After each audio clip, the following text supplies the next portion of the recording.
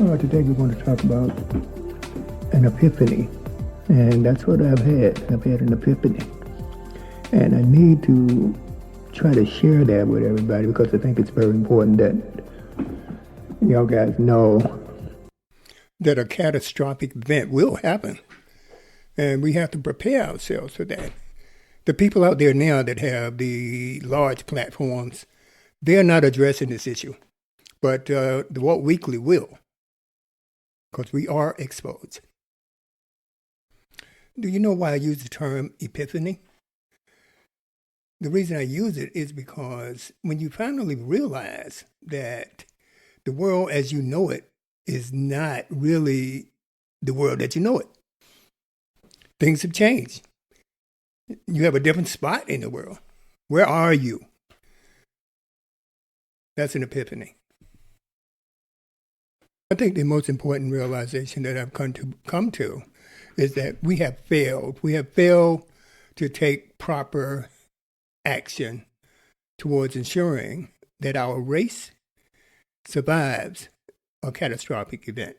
What have we done? TV shows on zombies, meteor catastrophes, military invasions, and major hurricanes and storms, or even apocalyptic disease that wipes out half the population and more. Are we ready to contribute to the protection of our country, our home, our family, and our property? This is food for thought, guys. You decide whether you ignore this or you start taking actions to survive. The possibility of a catastrophic event is real. So let me try to drill down to what can and will happen one day, and what we need to do to start trying to weather the storm, or at minimum, ensure the survival of the Black American and other minority Americans. Storing food in arms and training their children to be able to defend their homes with weapons. Is that funny to you? I say again, we're not here to lecture you, but what we want to do is call out certain threats to Black Americans and other minorities that, we're really not focused on. What we are focused on is the day-to-day, trying to survive another day, another week, another month, to get that paycheck so we can pay our bills. But we have to include survival should there be a major catastrophe. I understand totally. I worked for corporations for over 30 years as a minority. So I feel you. I feel you. But we have to do something to prepare and ensure that we perpetuate our species. We have to. Look what's going on the global stage right now. It could be any foreign country, and it could be any type of natural disaster that threatens mankind. And the first law of nature, as you know, is self-preservation, and that applies to all races. Nuclear war, or even on a minor scale, that we have to go into a survival mode, that you won't be able to go into the supermarket and buy dinner and buy fruits and vegetables and come home and cook because there'd be no electricity. There'd be no gas supply. There'd be no electricity supply. The systems would be down. Well, you think you're going to pick up the phone, call the police, call the FBI? These people will be busy either taking care of their families or fighting off our foes. And let's say there's a hurricane, major storm, and it just wipes out part of the East Coast. And those people that are left, how are you going to be supplied? Where will the infrastructure for emergency services be? I mean, you have to think about all those things. What about, for example, a disease outbreak, Ebola? You think people are going to come to your house all willy-nilly? No. you're going to have to take care of that yourself the best you can. So what I'm trying to do is lay out scenarios where you guys can, try to formulate a plan. That's what I want to do.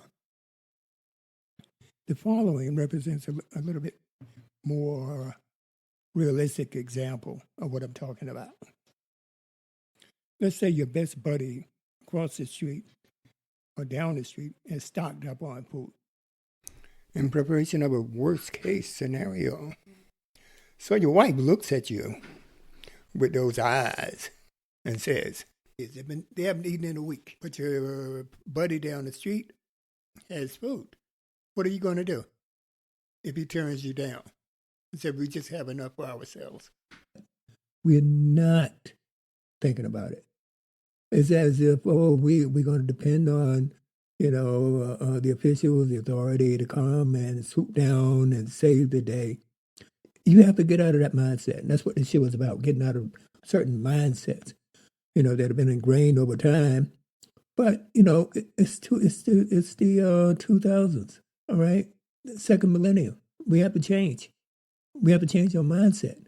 There are certain things that we have to continue, such as, we want to educate our kids. Everybody needs to be knowledgeable and be able to take care of their families. The possibility and the probability of it happening gets more and more clear. There's more clarity every day when you look at the news. Now, how do we go about preparing for these scenarios that I described earlier?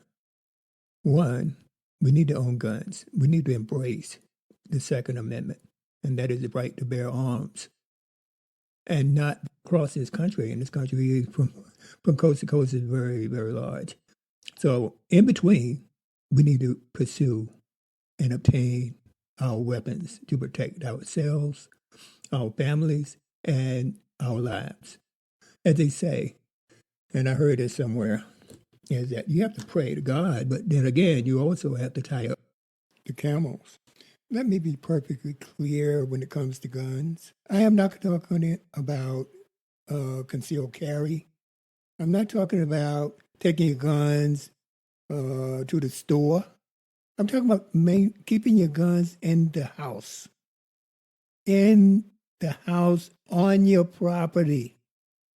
And teaching your kids, going to the gun range so that you know the proper use of guns, how to use them most effectively. So it all comes down to knowing that you have to protect your family, number one. Number two, you need to protect your property. That's number two. Number three is, should there be a militia? And that's what the Second Amendment came about, because they didn't have a great standing army back then. So they wanted to have militias that came from the neighborhood towns, and so that they could put together an army real quick. All right. So we want to be able to contribute to that. When the fight goes down, we want to be there. We want to be counted, because this is our country too. Okay? All right. So anyway, moving along. I was born in North Carolina, eastern North Carolina, little town called Williamston. We had guns in every bedroom of our home. We used them for hunting and home protection. I remember when I got my first bedroom, when I first started sleeping by myself, I was scared of ghosts. Plus, I used to look at a lot of Dracula and Frankenstein movies at that time. And my grandma, who raised me, said, it's the real person you have to be afraid of. If you see something at the windows, you shoot it. I slept well from that point on. It is nature's way to ensure that only the strong survive. Make this part of your lifestyle. Thank you very much, and I'll see you next week.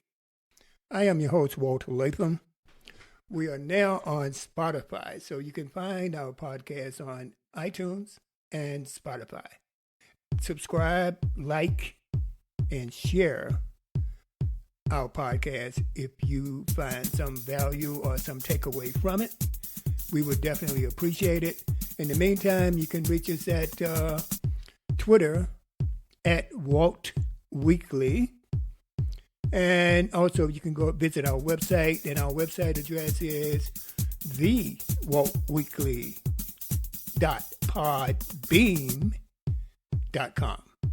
We appreciate your support, guys, and don't forget to send those questions. I'm looking forward to answering them.